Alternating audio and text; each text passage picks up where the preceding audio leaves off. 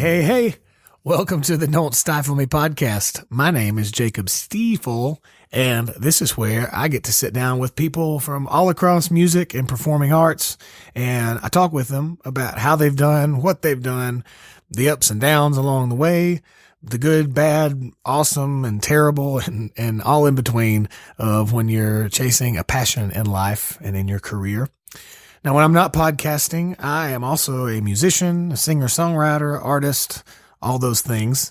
And coming up, I've got some shows. Let's see, this is June of 2018. At the end of this month, I will be in Austin, Texas, and in Greene, Texas, and around there.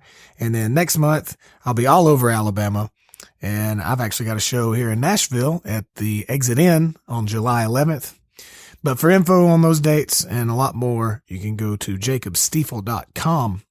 As for the podcast here, well, this episode is free, as all of them are. I put them up there for free. You can download them and listen to them as many times as you want. But if you'd like to be involved a little bit more, maybe help support the podcast, help make sure I can keep recording these things and do all the production and uploading and everything, then jump over to patreon.com/DSM podcast. Or you can hit the link over at don'tstifleme.com. Now, I'll talk more about this after the episode, but that's just a great way that we can work together to be able to keep putting these conversations out there for you folks to listen to. But in the meantime, today's guest is Brother Brook Sutton. Brook is a bass player. He's a recording engineer. He's a husband, a father, and a friend. And he also helps run the local jazz jam here at Rudy's Jazz Room in Nashville, Tennessee, every Sunday night at 9 p.m. So if you're in Nashville on a Sunday night, that's where you need to be. But Brook came over, we hung out, we talked jazz, talked life, all kinds of good stuff. So here is my talk with Brook Sutton. Pick it up the piano.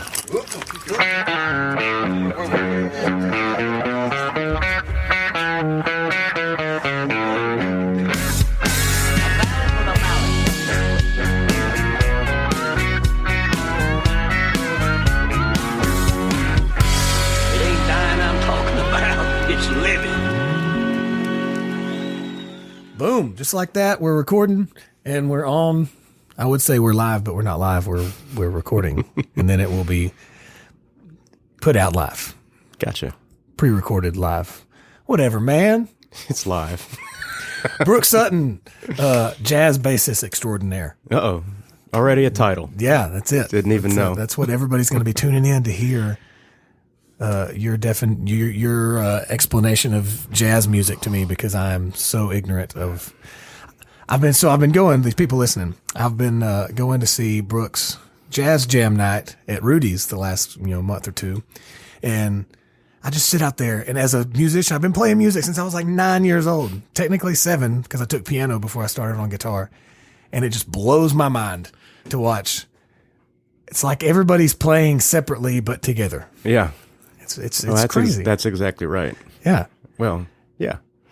Yeah. And it's, I've told people, cause I'll be sitting in the back, cause if you ever walk into a bar or a venue and you're looking for me, if I'm not on stage, I'm in one of the back corners of the room. That's just where I like hide in the shadows back there. I like to see people. I don't like people. I like to people watch and be able to hear the music, but I'll sit back there and like close my eyes and just listen, because if I'm watching, I'll start watching the piano player and seeing what he's doing, or watching the drummer and watch what he's doing. And then I'll start like analyzing everything. But if I just close my eyes, you can kind of like take it all in as one piece. Does that make sense? Absolutely. That's how I play sometimes. Yeah. Cause I don't want to, I'm watching with my ears. Yeah, for sure. Yeah, I want to be able to react when I hear something. Yeah. But I want the audio to capture me, not necessarily my eyes. Yeah. I don't know. No, for sure. But, sometimes you got to look up because, there's cues and stuff. And that's important. That's another thing is because you told me to bring my guitar or whatever the last few times, and I've been nervous to do it because it's not that I know I could get up there and play and it'd be okay when it was my turn to play, but it's the timing of, okay, this person's going to do their solos for a couple of the patterns or whatever. Yeah. And then we're all going to come back in at the end of that. I get so lost. I'm like, what the hell? How do they know when to come back in? It's like you and I talking right now. Yeah. I kind of know when you're going to end your sentence. Yeah. Mostly. Right. Right. So I know when it's appropriate for me to come back in. So it makes sense. It's a conversation like anything else, and it takes a little doing, to get used to that. But once you kind of understand the musical language of jazz, it makes it a lot easier to have that interaction. And it's a lot of fun. And sometimes, you'll speak to each other in somebody's solo, as a bass player, playing jazz music, which I've done for a very long time. Yeah. It's kind of fun for me to play behind somebody because I'll hear them do something, and that inspires me to want to say something too, even though I'm essentially comping for that person or just playing behind that person. It changes what it affects the way you go about it. Yeah. It's not like learning a bass part, and I've played just about every style of music there is, and you learn bass parts for certain kinds, especially in pop music. There's a particular kind of bass line, and you need to play that bass line because that's the part, right? Yeah. But in jazz, there's not necessarily a part. If you're playing a specific part, you're doing it wrong. Well, yeah. I mean, unless you've conceived of it and it's contributing something musically, and many times is it inspiring? Is it inspiring to the other musicians on stage, and is it inspiring to listen to? Yeah. And that's kind of what drives the conversation, like kind of what you're talking about, like, when do I come in and what do I say? What do I play? Or when can I come in and when can I get out? Depends on what just happened, like before that. Yeah. There's guidelines, we have lead sheets, there's a start and finish, there's a form. Is it 12 bars? Is it 16 bars? Is it whatever? And, there are guidelines, it says, okay, you'll start here and you'll end here, and you can do that a couple of times or however many times you're feeling like you have something to say, musically. Yeah. I've noticed some guys will be like into it and they'll just take a whole nother round of the solo. Sometimes that's not a good thing, but most of the time it's because, it's like if somebody speaks a lot or talks a lot, or if they have something really, really interesting that they want to say. Yeah. I'm always drawn to soloists who have dialogue that really grows. They start with something that may be kind of simple, and then it just grows in intensity and grows in intensity. And that may take 3 choruses or 4 choruses. A chorus meaning the entire form of the song. Okay. So, if you look at because most of these songs that we're talking about, there's no words. Yeah, many of them don't have words. Many of them don't have words. It's just a melody that was written out, and there's different forms. And there's what would correspond to a verse and chorus, or a verse in if there were words, but there's not. Yeah. There's actually, hold on a second. Yeah. Maybe I don't want to talk about the dryer being on. I was in the groove, man. It was happening. I had to pause and turn the dryer off. So now there's not a. I was just grooving over here too. It was cool. I don't know if it'll even be in there or not. We'll see. Have to go back and listen and see. But I've also noticed that, there's different drummers. I don't know. I feel like if it's a piano lead or solo or lead, what's the correct term for what is it the same thing in jazz, like solo or lead, or when they take their turn to play? Solo. Yeah. So or taking a ride, Yeah. So I've noticed if it's like the piano or a horn, that it's almost more noticeable when the end is going to happen, when they're finishing up or whatever. But as far as me, I notice more for that. But on bass, I sometimes tend to get lost. Yeah. And then, but especially if the drummer's really good, you'll still be able to hear, right? Because they'll do the ebb and flow of the dynamics of everything. Right. But the drummers that are just I get totally lost in where the pattern is or whatever. Well, there's an old joke about that. What's that? How do you get a divorced couple in the room to talk again? I don't know how. Bass solo. No, that's just an old joke. Anyway, well, what happens a lot of times when the bass player was solo, when the drummer was solo, is the rest of the band will kind of drop out. Yeah. Whereas, under horn players, you've got drums kicking, piano's bass kicking, bass is still going, and the song is still really rolling. as far as finding the end of the phrase for the bass player, sometimes the bass player just didn't do a very good job. You've probably heard that. I mean, there are many times when I wish I had ended it this way, or I wish I had closed the door this way, and kind of given more, information to the band. It can be subtle or it can be very big. It just kind of depends on what's happening in the moment, and kind of where you are.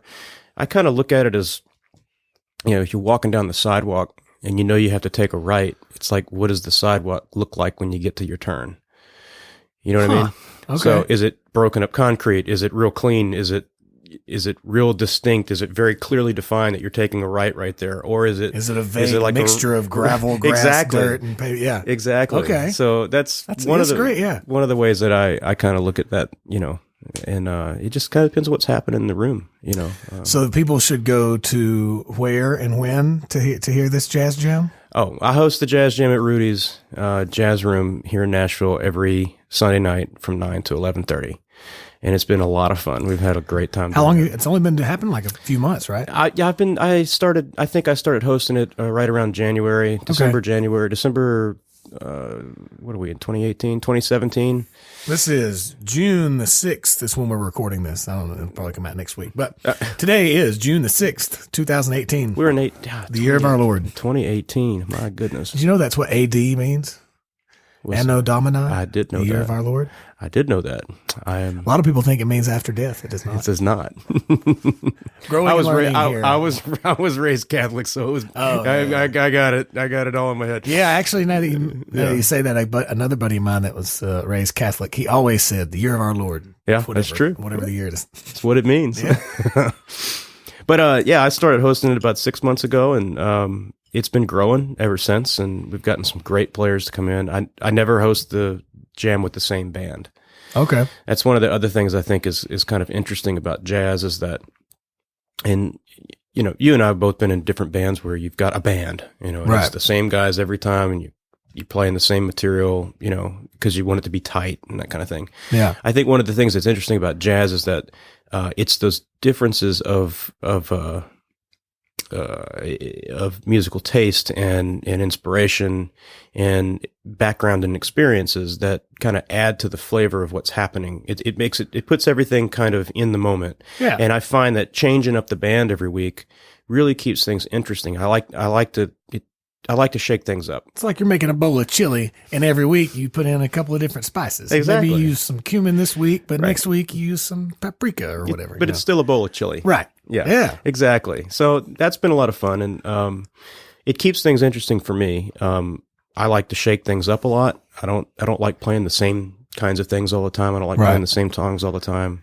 And having different players to work with each week is exciting to me. And I learn something. I always learn something from them as well. And that is an invaluable experience to me. Because somebody has something to say. If it sticks, I'll remember that and be like, man, that was really cool. And that makes me think of this, or that makes me think of that. And that's the whole driving, force for me in jazz, at least. That's my favorite thing about, because I'm just recently started like dipping my toes into being interested or trying to at least kind of figure out jazz. And that's been the coolest thing to me, is that it's an area, I've been playing music for 20 years or more, but that's an area that I've never breached, never got into or anything. So it's somewhere I could learn more, I could grow, I can't wait till this weekend. It's going to be awesome. Oh man. I'm going to hook you. I don't know. Should I would it be better to bring my guitar or harmonicas? I've never seen anybody play the harmonica up there. People play the harmonica. Yeah. I would say bring whatever you feel most comfortable on. Yeah. Well, I was telling my friend the other day, I was like, I took my harmonicas because I know I could get up there with the guitar and could play along with whatever. Yeah. Noodle wise, playing, it's the chords that throw me off. Yeah. Like when I'm not playing my solo, what the hell am I supposed to do? Because I don't know all these fancy chords. Find your spot and hang out. It's kind of like find your spot and hang out. Sounds like life. Well, it sounds like a coffee shop to me. You buy your coffee. Now, where do you sit? Look at you. You just got all kinds of great metaphors. I don't know, man. That's just how I look at things. It's like you want to sit in a good spot. You want to sit in a spot where you feel good. Yeah. You don't want to sit in a place that's too loud. You don't want to sit in a spot where you're too hot. It's like picking a place to sit. And that's what comping is kind of like. It's like you want to be there. Yeah. But you want to be in the right spot. Cool. All right. Well, I'm going to bring my guitar this week. Bring your guitar. I'm going to do it. Bring your harp too. That's cool too. You could do both. I might do that. I don't know. We'll see. See what you're inspired to do when you get there. There you go. That's it. So how long? So you've been doing that since the beginning of this year. How long have you been playing jazz? Oh, man. Well, let's go before that. How long have you been playing bass? When did you start playing the bass guitar? Oh, the bass. Well, that would be after I started playing trumpet. Okay. Was that your first instrument? No, my first instrument was actually piano. Okay. I started playing piano when I was 5, and then I stopped playing piano and started playing trumpet. I wish I had kept up with piano. That's a going thing. I feel the same way. Yeah. I mean, I can play chords and stuff now, whatever. But like, I never conquered like reading the music and doing the bass, chords, and melody at the same time. Get out of here. It's too hard. Yeah. It's too many things going on. Yeah. Which is why I went to bass, which only had 4 strings. I'm just kidding. No, I started playing bass when I was in high school. I guess I was maybe 13. Were you in the high school band? Did you do trumpet like in band and everything? I did all that. No, did you march? I did a march. Heel to toe? Oh, no. We were high stepping. Oh, yeah? Yeah. I came from a dance band. Oh, okay. Yeah, we used to go to Grambling State every boogieing every summer. That was our band camp, Yeah. So yeah, we used to boogie. It was cool. You got any videos of that? I want to see. Maybe. I'm not going to say. Yeah. Yeah, I do actually. It's fun. Yeah, that's how I got started. And I was in a jazz band playing trumpet then, and then actually, interestingly enough, I got braces. Because my teeth were all jacked up. Oh, I guess that kind of fucks with the trumpet thing. It messed it up, and they actually moved my jaw out a little bit, and I lost my armature. So, is that like the way you form? Yeah, the way you form your armature. Armature. I forget how they pronounce it, but anyway, that changed things. So then I decided I wanted to play a different instrument, so I picked up tuba, and I started playing sousaphone. And from that, I really got into. Like, what's the second thing you said? Sousaphone. Sousaphone? What is that? That is like the big marching tuba. Okay. It's got the big bell. Yeah. When people think tuba, people say tuba. It's really it was developed by John Philip Sousa. Oh, okay. And it's a marching tuba. How about that? Okay. Yeah. But I got into the groove. Like I was like, oh man, like I get to play the groove part. This is kind of cool. And then I got into drums a little bit and discovered that I really enjoyed that. And I picked up the electric bass and was like, oh, this is where it's at. That's a pretty good progression of like trumpet. We'll go to tuba, and then you get the rhythm, and then you get some drum percussion, and then you combine it all. Yeah, it's just kind of how it came together. Yeah. And I didn't actually start playing upright until I was in college because I went to school. I'm old now. You got to get this. Right. Where'd you grow up? And South Louisiana. South Louisiana. Oh, Cajun. Yes, I am. When were you in college? What years? That's a good question. Let's see. 1993. Okay. So you graduated high school in 92? And I graduated in 93. I went to school. Yeah, I went to college in 93. Okay, cool. Took me forever to get out of it. Where'd you go to college? I first started at Ruston. I thought I was going to be a music teacher. Okay. And then I got into production and really fell in love with recording. And then, so I ended up going to Loyola in New Orleans. Okay. Which they had just a fantastic music program, and I had to audition and everything. But they wouldn't let me major in electric bass. I had to play upright. Actually, that actually started in Ruston at Louisiana Tech, which is that was my first school. So majoring in bass. Yeah, you had to pick an instrument. Okay, I got you. So I was going to play bass and not trumpet because I never could get back the way I had gotten to a certain level with trumpet and I couldn't get back to it. So I was a little bit discouraged. Yeah. So I said, well, I'll just major in bass. And then I got to school and they're like, well, you have to play upright bass. And I'm like, you mean that big violin thing? With no frets? It doesn't, how am I supposed to play that? Yeah. And anyway, so that's what got me started with that. And I just kind of stuck and I've been playing it ever since. Yeah. Yeah. When so did you graduate from Loyola? I did. Is that right? Yeah. Okay. What'd you do after college? Well, so in school, when I was in college, I actually wrote my own degree. Nice. They didn't have. As I said, I got really into recording. Yeah. Which is another aspect of my life that I do every day. Yeah. they didn't have a degree, but I still had to have a music degree. So they let me write something that was I still studied music. I still performed, but I had this other. You got to throw in production. I stuff. had 36 hours worth of production credits, and so I did that all along. And I played in New Orleans then, and I was gigging, and I started working at recording studios in New Orleans right after. Very cool. Actually, I first started my own mobile recording studio. This was back when when Pro Tools really was coming on the scene. Yeah, mid to late 90s. Yeah, somewhere. Late 90s, and I actually had this trailer with a rolling rack. It was like one of the first things I've ever seen like that. And I had gotten it all into this trailer, and I was going to live shows, and I was recording a lot of jazz, and that was a big part. Actually, the jazz experience was a big part of what drove my recording background. Okay. So I was really inspired by it all. So you went into jazz like in college? Yeah. And what about like in high school? I was a terrible jazz student in college. I really was. Yeah. Yeah. I kind of came up from a rock background and band and, but then grew into really loving jazz and, it's kind of driven, the freedom of it has driven me. So what kind of music were you digging on in high school in the early 90s? What kind of stuff were you playing? And I was a grunge kid. Yeah. Yeah, I had a lot of classic rock. I grew up with the Beatles. I grew up with Jim Croce and we were talking about earlier. We were talking about records and growing like listening to vinyls growing up and what is that? What kind of stuff you would listen to? My older brother and I, we were the jukebox. So mom and dad would be like, "Go change that record or flip it over." So we were just always in the vinyl. Yeah, always moving things around. Everything from Henry Mancini to Jim Croce to the Allman Brothers to Elton John to the Beatles. Yeah. It just a very wide variety of stuff. A lot of Neil Young and, that kind of stuff. So I actually grew up with a lot of that in my background.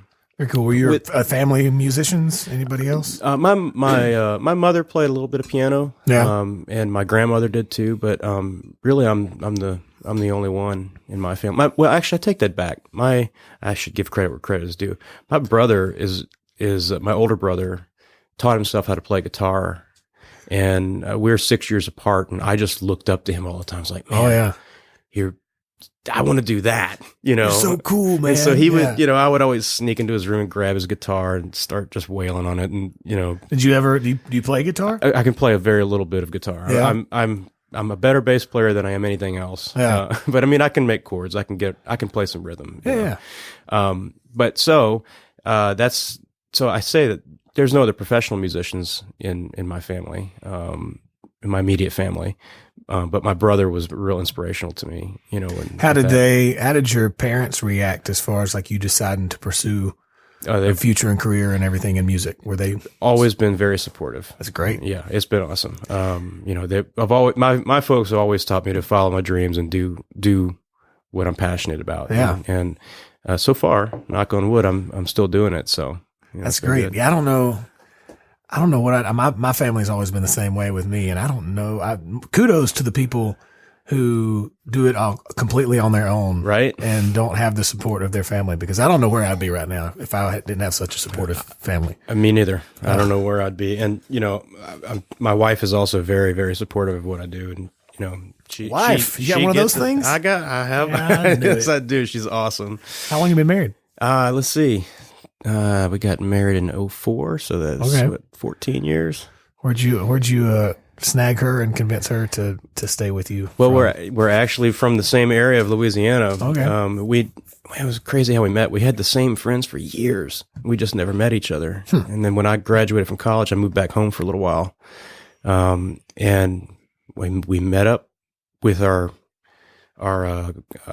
common friends, and it was like we just hit it off from there. And we've moved all over the place and lived all over the country, and it's been great. Together 14 years. That's a hell of a lot longer than a lot of people. Closer to 20. We dated for a while first, but, but yeah, we've been together for a long time. She's great. Kids? I have one daughter. One daughter. How old is she? She's 8. Oh, she's awesome.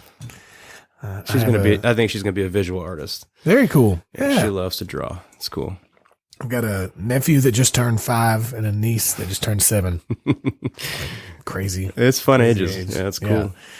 My niece, it's crazy when they, just in the last, couple of years or whatever, when they start becoming little people Oh yeah. instead of babies, or like instead of toddlers. What is, does that make sense? Yes, From very there, much so. It's like it's cool. my niece will call me now on my sister's phone, and it's like I'm just sitting here like I'm talking to you. I'm just talking to her on the phone. They're It's just crazy. little people. Yeah, we were just born not long ago, 7 years ago. Yeah. But I tell you, that's also something that's cool about the Jazz Jam. Not to segue like that, but That's a hell of a segue. It's a hell of a segue, but it is kind of cool though. Like when you see new players, come up, and they like it might be their first or second time ever doing a Jazz Jam, and it's like, oh, they're like little people, they just they're learning the language, and it's cool, and you get to see it. It's a similar feeling. I get that. It's like the birth of an idea. I was there this past Sunday. I was there with a friend, and she was saying that one of the guys that got up and was playing, she had saw also play at a blues jam somewhere else, a different night. And she said he was killing it at the jazz jam, but she said when she saw him at the blues jam, he was kind of lost. Yeah. Like he wasn't that confident. It's like, I would think it would be backward, but I guess it just depends on your background and what you're used to doing and not used to doing. There's different forms of the blues and different styles, and you're from Texas. Well, I'm originally from Alabama. You're from Mom Alabama. is from Texas. Mom is from Texas. Yeah, there's two totally different styles of blues right there. Yeah. When you got Delta blues, and then you got Texas blues. Texas blues, yeah, for sure. There's a different thing. So yeah, just different languages. It's not. I've seen guys who can play circles in jazz. Yeah. And you put them on a blues stage, and it's like, wait a second. Yeah. Because the feeling is a little different. Yeah, absolutely. Depends on what your background is and what you're drawn to. Yeah. And depends on the song. As far as me, I get to, when I'm there listening to the songs, I think, I could play in this song. I could solo over this song, whatever. Like I could do something good. But then there's some songs I'm like, man, I have no idea where it's going. I don't know. I wouldn't know. I guess that's me too. Maybe the sheets. I guess the sheets come in handy during that. Yeah. Well, having chord sheets or knowing the songs is real important. I love it when I doubt that he's going to hear this. But I'm not going to talk shit about him anyway. I love it when Bill gets up and sings. Bill's great. Bill's the man. What did he sing this past Sunday? I'm not sure. Oh, it was. He was like. He'll get up there and he'll talk in the microphone, but then when he sings, he does a whisper. That's really good. But he's feeling something. Oh, right? I love it. No, I'm not. Totally. Shit. He's a much older guy, and but obviously is drawn to it. Yeah, he probably all week looks forward to Sunday nights when he gets to go have a couple drinks. He absolutely get up there and sing some songs. Yeah, no more power. I hope he never stops. Well, me too, because honestly, that's what keeps the Jazz Jam kind of open and free. It's not just for the pro players. It's for everybody. Jazz is our only American art form, like true American art form. Yeah, and it came from like the New Orleans area, or is that right? It came out of the New Orleans area. Yeah. And, well, it's come from a lot of different areas, but it was born from the blues, and it has a rich history in New Orleans. Was W.C. Handy? Was he on the jazz side, or was he just blue? Was he bluesing? He was jazz? on the jazz side. Okay, and he was from like Muscle Shoals area, I think, right? I don't know the answer to that question. I think that's right, because they have the W.C. Handy Fest. Yeah, that's Muscle right. Shoals. That would make sense. Yeah. Inspired so many people, in their writing. So very cool. Yeah. Oh, let's see what else we got here on the old note sheet that I want to talk to Brook Sutton about. Oh man, no telling. Well, you said you were in New Orleans after college, is that, or you went back home for a little bit and then you went to New Orleans? Well, actually, I'm from the New Orleans area, so I was born in a town called Hammond. Okay. And New Orleans is about 45 minutes south of there. And I lived in New Orleans, went to school in New Orleans, and I went back home. But mainly, I'm from the city. So you said you and your wife lived all over. Where's some other places you lived? We lived in California for a while. That was a lot of fun. Yeah. What part? That. In the Sacramento Valley. Okay. It's actually where we got married. We got married in Mendocino. Yeah? Oh, yeah, on the coast. Awesome. It was awesome. Yeah. But that was during my musical hiatus. Oh, really? So you gave it up for a little while? I did. What did you do in your off time? Well, I was still writing music with a buddy. We were still recording. It was more of a I hate this word whenever I talk about music. It was more of a hobby. Yeah. I hate, just something wrong with that word. Yeah. But anyway, and I was, Well, I can see that you kind of put it over here to where you could do it when you felt inspired to do it. exactly. And then you had a job where you didn't have to worry about Yeah. the music to make the money. Yeah. And I was totally get that. totally lost in my jobs. The only job I really enjoyed, I managed a bike shop. I got really into cycling for a while. Oh, And that was pretty cool. like bicycle. Like bicycling, Yeah, yeah. not like cool motorcycles. not the cool things. Yeah. No, the So guys did who you go shave in your and legs and all that stuff. You go in your spandex pants. and Exactly. stuff? Yeah, it was cool. But in Northern California, it was awesome because I could go mountain biking, Yeah. and I got real into single speeding and would do all that stuff. And, it was great for my health and was really Yeah. good for my mind. And at that point in my life, I was kind of burned out on music and, didn't want to feel like I had to do it. Yeah, for sure. It was really tough. And that was also around 9/11. Okay. So there was a lot of things going on at that time, and it just felt good to do something else. So I worked at a bike shop, and then I started working for CBS, selling advertising, which was interesting. So I sold advertising for 4 years or Like so. for TV advertising? for radio. Okay. So I did some radio advertising, and then I got into print advertising, and I learned a lot Sales, about man. yeah, Sales and marketing. but it's not much different than a solo. You got to sell your idea to the Yeah. audience. So I don't know. It came pretty naturally, but I really wasn't happy doing it. Yeah. So I found my way back to music. Thereafter. So When did y'all move to Nashville? after Katrina, Okay. we were transplants from Okay. New Orleans. So we had moved. Shit went south, and It you were went like, oh, I south gotta and- get Yeah, I mean, go somewhere. I had kind of come to the end of my hiatus and decided that I no longer wanted to do other things and Yeah. other than music. And so we originally were going to be here for a couple of years. I went Was to that like 05 or 06? Katrina was in 05. We got Yeah. here in January of 06. Okay. And I went back to school and I got my master's in music education thinking that that's what I was going to do. Okay. I love teaching. I really, really do. I can tell that when you're like in your metaphors and the way you explain things, it's very teachery in a good way. Well, that's cool. yeah. Well, my mother was a teacher for 37 years, so Okay. I guess maybe it comes naturally. Yeah. But anyway, I went back to TSU, and they gave me a scholarship, and I went back to school and got my master's in music ed, and started working, for TSU, and I was helping develop courses and stuff, but all the while I was gigging here in Nashville. And So did you do like the downtown thing? Did you go out to Broadway or anything? No? It's funny about that. I've never really been the downtown guy. Now in New Orleans, I worked in the French Quarter, which is a very similar kind of thing, but I never really did the downtown thing here. Yeah, I don't. I sure don't look down on it because I did it for like 3 or 4 years. Yeah. But like I was doing it from 09 to 2012, 13ish. Yeah. And to me, it's just, I go down there, I drive through there now, and it's just a different place. Yeah. Like I feel like when I was doing it, or when I first moved to Nashville, people were coming to Nashville for the music. They were coming here either like to go to the Hall of Fame or to go to the Ryman, Right. or, because to see the musicians or to see a show somewhere else or something. It was Music City. That's why they were here. And then they also would drink and party and have a good time while they were here. Sure. And I feel like now it's flipped. People come here to see how fucked up they can get. That's right. How drunk can we get and not get arrested? That's right. And then, there happens to be some music playing in the Sounds like the background. French Quarter to me. Yeah, I guess so. Yeah. Yeah. So what you said you were gigging here. Yeah. If it wasn't down there, how did you just because that's the most interesting part to me is a lot of these conversations, this podcast stuff that I do. I like hearing how people, when they move to town or when they first get into something, how they get started, because I would have wanted to hear that when I first moved to town. Does that make sense? Sure. Yeah. So like when you were fresh into Nashville, Yeah. and you were going to school, but you wanted to start playing. So how did you go about that? Yeah. So I just, it's interesting you asked me that. I was playing in school, which was good. Mm-hmm. Like during my master's program, I still needed to play, which was Yeah. good. So I played there a little bit, but, I also started going there was a local jazz jam, at Cafe Coco. Okay. Yeah.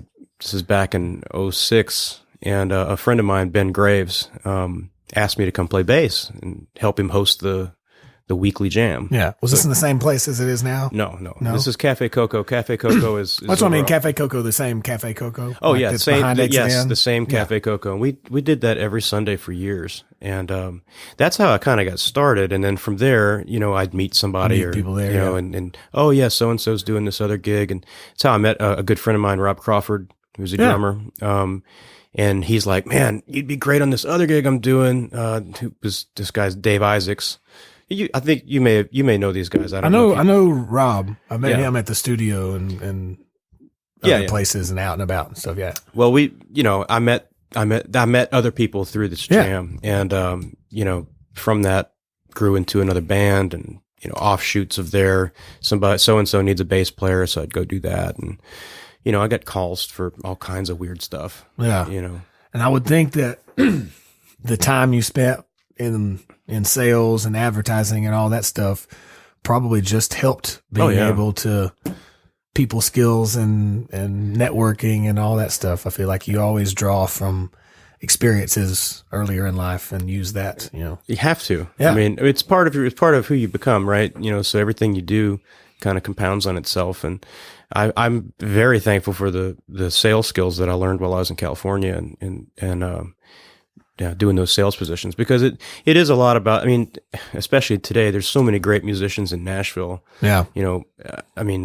There's always going to be somebody better, better equipped or better technically or whatever. Mm-hmm. But if they can't hang, if you're not a good hang, or if you're abrasive, or you don't know how to if you don't have any people skills, chances are you're not going to get the gig, because you have to be able to. That's very much a recurring topic that I talk about with people in here is that, it's of course good to be talented and to be good at what you do, but you gotta not be an asshole. Right. You gotta be cool. You gotta be a good hang. Exactly. People have to like you. There was I've brought this up numerous times but there's a guy named, is it Neil Gaiman? Anyway, a graphic novelist, guy that writes comic books, and he was doing a commencement speech sometime in the last few years, and he said, as a creator of art, he said it's important to do three things. He said there's three things you should focus on: do good work, be likable, and be on time. He said the good thing is you only need two of those three things. He said if you do good work and people like you, but you're always late, you're still going to get work. It's like it keeps going. It's triangle, like, if you're always on time and people like you can do some shitty work sometimes, and you're still going to get work. Get the gig. And then but if you're always on time and you do great work, even if you're an asshole, maybe you'll still get work. So, it's true. But it's those three things are definitely a factor. I would definitely agree with that. But he was, especially speaking from a writing standpoint, I feel like when you're playing with multiple people, the cool hang thing goes much higher in priority, because you got to be around people. Especially if you're going to take a road gig. Which I know I've done my share of touring as well. And if you can't get along with people, then nobody's going to want to hang out with you. So, and that makes the day stressful, and nobody really wants to do that. You'd have to be just the most amazing, phenomenal musician in order to get past all that. If you're an asshole, you're just an asshole, and nobody wants to hang out with that. So. I've talked to numerous artists that say they would rather hire an average drummer who is cool and fun to be around than a fantastic drummer who nobody liked and was terrible to be around. Yeah, and see, in my book, that makes him a fantastic drummer. Yeah, well, because it's not always about the technique, and it is important to be of course, we live in Music City, so everybody here is great. Yeah, the level is extremely high. The bottom of the barrel here is the top of the barrel in any other city. Exactly. So we're all a little bit spoiled. Yeah. So to me, if you're a good hang and you can do the parts and you can get through it, then you're a great drummer, because I can hire that guy. Right. Yeah. For sure. But absolutely, got to be cool. Yeah, I go. If I'm in another city, small town somewhere, or on vacation or something, and I go out and there happens to be a band playing, they're probably not bad for that area. Right. But like in my head, I'm so spoiled. I'm like, It's These true. people are horrible. It's true. Of course, I felt that way about jazz coming from New Orleans too. Okay. Like it was tough at first because I was like, man, this is weird. Like these guys do not play like these guys, and my view on that has changed quite a bit in the last, 12 or 11. How long have I been here? 12 years. 12 years. Yeah. 12 years. And I mean, there's more jazz players in town. There's more everybody in town, really. I mean, the city has grown so much since 2006, since I've been here. So, but anyway, my point being is that I agree with you. Sometimes it's pretty hard to listen. Yeah. So you're still doing like recording and stuff, right? You said you work like production wise. You still do that every day? I do that You got your studio here? Yeah, I have the studio in Nashville. Yeah. So you said you're in the process of moving, finding a new location? Yeah. So with growth, comes a lot of change, especially in a city like Nashville that's growing so fast and consistently. So the location I was at before, it just became unaffordable. Yeah. So I'm moving my location and it's great. I'm really looking forward to the next phase. Still doing a lot of work out of some other studios, which has been good. Yeah. It's just thriving. It's great. I really enjoy doing production work and So do you do most of like the engineering and the mixing? I do. Yeah, I do all of it really. Yeah. And I don't limit myself to any particular style of music. I have different style of recording maybe than like say the typical Music Row way of doing things. But yeah, I do everything from tracking to producing to mixing. I've done everything from, sound effects and backgrounds for movies to, oh, nice. Yeah. to podcasts, right? which I'm now, as I was joking earlier, I think all this software is putting us out of business for that. Yeah. stuff. I was telling them, folks listening, I was telling him about how I record these conversations and piece them together on GarageBand and then use this website that goes through and analyzes it and levels everything out and does the stuff that people pay Brook here to do. at least 10 years ago, you right? Yeah. But anyway, so I do a lot of that. Very cool. So do you like if say somebody wanted to come to Nashville and record something and they are listening to this, could they like go to the Studio Nashville website and send you a message or something? Yeah. What's the website? thestudionashville.com. Look at that. How about that? That's that easy. Yeah. Yeah. No, I take on all kinds of projects. So right on. So are you playing with anybody else besides doing the jazz jam and mixing and doing stuff? Do you have like a regular gig that you play with somebody, or are you just kind of bassist for hire? Or well, let's see. I mean, I've been all those things. At the moment, I have been playing bass for a wonderful singer named Jamie Paul for a long time. She's an incredible vocalist. Yeah. And her husband Leaf plays trumpet. Oh, he's so good. Yeah, he's great. I love his, you call it the growl? Is that what you call it when he growls? He uses the plunger and and it's like it's like a wah-wah for the trumpet. Yeah, but then like what he does with his mouth, it's like, oh yeah, he's double tonguing. Yeah, whatever it is. Whatever he does, it's fantastic. Yeah, he's fantastic. His wife is equally amazing. Excellent vocalist. We've traveled all over the world together and nice. Done a lot of cool stuff. So that's probably my longest standing gig as a bassist. I used to play with Johnny Hayes. Yeah. All those guys but life comes up and we all get busy and it's good. But I don't have any other particular groups right now. I've just been kind of doing my own thing for a little bit here. I hear you're playing with me on July the 11th. That's what I heard. At Exit Inn here in Nashville, Tennessee. I'm looking forward to that show. Yeah, man. You and I have I think we've played together on stage, but I don't think I've ever played for you. For a Jacob Stiefel gig, yeah. That's good. I haven't played a damn Jacob Stiefel band show in probably like a year. I've been doing solo acoustic stuff for a while. What's it going to sound like when we swing? I don't know, man. We'll see. I don't know what it's going to sound like when I do anything. It's going to be great. It happens. I think it's going to be awesome. We're going to rehearse. Yeah. Maybe once. Maybe. We'll see. I think we should. Yeah, we probably should. Just to hang. It'll be fun. I love the jam, so that'll be cool. Yeah, dude. Well, Brook, thanks for talking, man. Is there anything else you want to tell the peoples out there? I'm a little disappointed you didn't ask me about peanut butter. Oh, that was actually next on my... As I was saying that, I was saying in my head, I didn't even ask him what kind of peanut butter he likes. It's a background in jazz. Got to stay one step ahead, man. What kind of crunchy or creamy peanut butter? Man. Depends on the day. Yeah? Usually creamy. Yeah. I don't know. No, crunchy's good. It depends on the bread, really. Okay. If you have like, if it's like bunny bread, white bread, Yeah. Like real soft stuff, got to be creamy. Yeah. And if you got some really fancy like multigrain stuff, then you can go crunchy. You go crunchy. Lately, my whole life, I think I've only liked creamy peanut butter until like the last 6 or 8 months. I've been going back and forth. I'll do a jar of creamy and then a jar of crunchy, or a jar of creamy, just kind of keep me on my toes. What about this new organic stuff they got going on? Well, I get the Kroger natural. Yeah. So it's not really organic, but if you look at the ingredients, all it is peanuts and salt. Yeah. So you have to like stir it up, and then put it in the fridge. And then, but it's. Oh, you put it in the fridge. Yeah, because there's nothing in it. There's no chemicals or anything to keep it a consistency. Right. It will be more liquidy at room temperature. Yeah, I kind of like preservatives. Well, to each their own. No, it's good. You can just preserve your insides That's right. as much as you want to do it. I have found that Trader Joe peanut butter is pretty awesome. Oh, Trader Joe's good. It's good stuff. Good stuff. It's too far away from me here, though. Amazon, man. Oh, Amazon look Prime. at you. Look at you supporting Jeff Bezos's. Is that what I'm doing? I don't even $1 billion know legacy or $1 trillion legacy or whatever. Something like All that. right. I'm rambling about nothing. Well, I appreciate being here. Thanks for having me, man.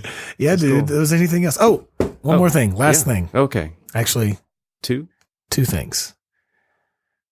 What do you call let's see if I don't know if I've told this joke on the mic on this podcast or not. I'm going to tell it again. Okay. What do you call a cow right after she gives birth? A mama cow. Decaffeinated. Oh man. Oh, all right. If you could go back and give yourself at 18 years old some advice, what would you tell young Brook Sutton? That's a good question. It can be serious or not serious. Yeah, be organized. Yeah? Yeah, stay focused. Dig that. That's probably the best advice I could give myself. Cool. It's good. Some people drink less. Yeah. I did this to ask somebody that, and they were like, I wouldn't have told myself anything. It wouldn't have done any good. That's a really good answer. That's probably the most honest answer for anybody, because really, yeah. what are you going to tell an 18-year-old? They're going to go, oh, that's good advice. I'll follow that. I would say, I do teach a lot, and I sometimes I'll get young interns, and I think one of the things that I always end up telling them is, look, keep an open mind about things. Never shut down an idea, and try to expound on every idea that you come up to, and see where it takes you. Oh yeah, and stay out of your own head sometimes. I think is a good way of approaching things. Very nice, very nice. Brook Sutton, you're the man. People listening, when you come to Nashville on a Sunday night, you should go to the Jazz Jam at Rudy's. And thanks for talking, brother. Hey, thanks for having me, man. This was awesome.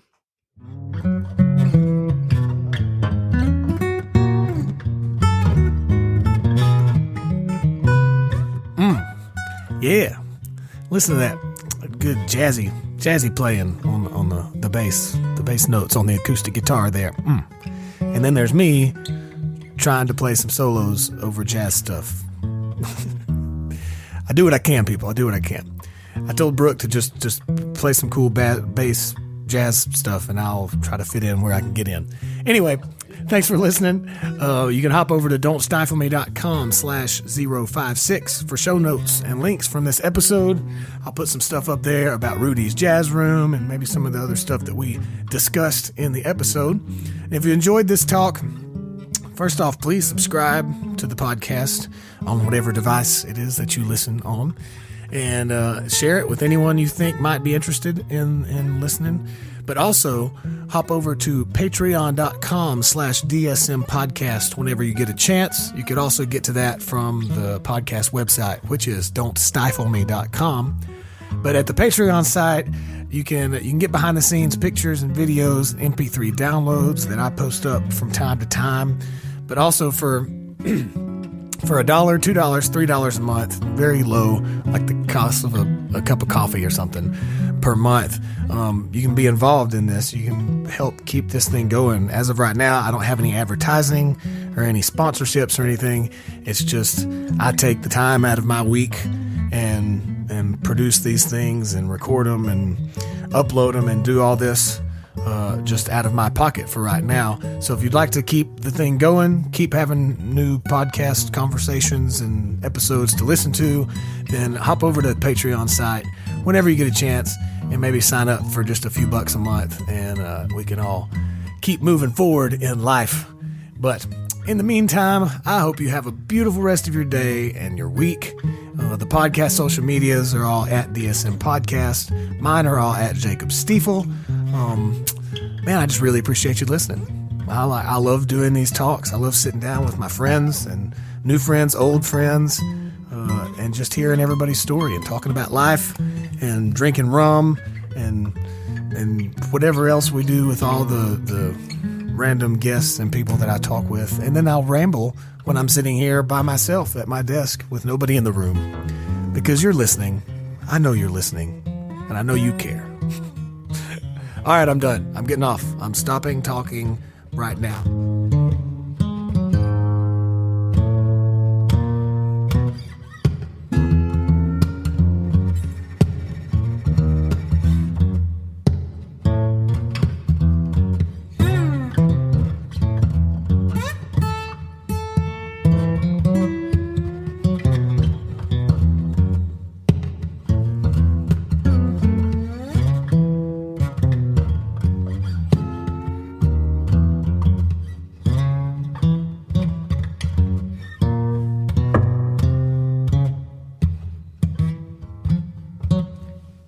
I can't play this thing. I don't know what we're doing. That was great.